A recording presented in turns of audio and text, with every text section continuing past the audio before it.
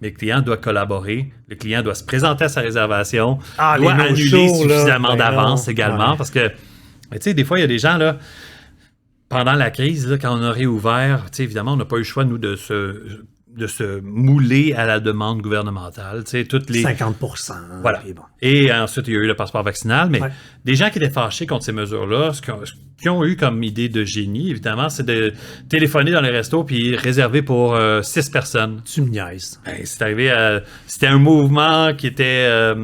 tu sais, auquel je pense avoir assisté par la bande, parce que, tu sais, on se rendait compte qu'il y avait beaucoup de réservations. Fait qu'on a arrêté de prendre les réservations. Beaucoup de réservations bidons. Puis on a arrêté, donc, de prendre les réservations. Comme ça, on ne pouvait pas vivre de nos shows. Vivre cette déception-là qui est reliée aux no-shows. Et vous étiez victime de tout ça, vous, là, en premier, parce que vous êtes un pan de l'économie qu'on a fermé en premier. Quasi pas les derniers, presque, c'est les bars là, qui ont ouvert. Ouais. Les bars, c'est encore pire. Là. Ouais. Mais quand même, tu sais, c'est le gouvernement qui dit « Je ferme ta business. Ouais. Tu peux juste l'opérer selon tel critère. » Puis le moment tu réouvres, t'as pas demandé d'avoir du 50%, t'as pas demandé d'avoir le... Ben non. Puis, tu sais, le gouvernement, moi, je trouve qu'on a été vraiment choyé. Il y a eu des super subventions fédérales.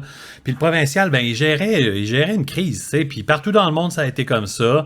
Moi, évidemment, je ne considère pas que c'est de la faute à qui que ce soit, sauf le virus, tu sais. Puis on a tous vécu ça. Est-ce que ça a été plusieurs restaurations? Je sais pas, tu sais. Ce qui était difficile, c'est que déjà, à la base, la marge de profit d'une entreprise en restauration qui fonctionne hyper basse. T'sais. Nous, ça fait 10 ans qu'on est ouvert. Puis les années où on a fait des profits sur les 10 ans, sur 1,5 million de ventes, ça représentait 1%.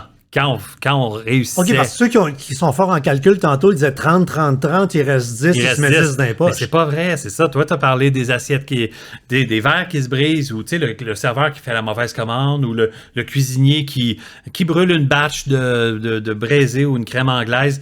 Veut pas, ça, c'est des matières premières très chères qui finissent par Le disparaître. petit digestif, merci, parce que les clients sont contents. C'est sûr qu'on essaie de garder ce côté généreux-là. Tu sais, quand quelqu'un vient dépenser beaucoup de sous chez nous, c'est sûr qu'on aime bien les gâter. Mais tu le prends dans ton profit.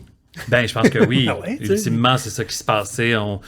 Mais sauf que ça dérange pas parce qu'il faut voir ça comme des relations humaines aussi. Il faut voir ces clients-là qui sont venus, qui vont probablement revenir à cause de ce petit geste-là. Fait que c'est bien plus intéressant pour nous de...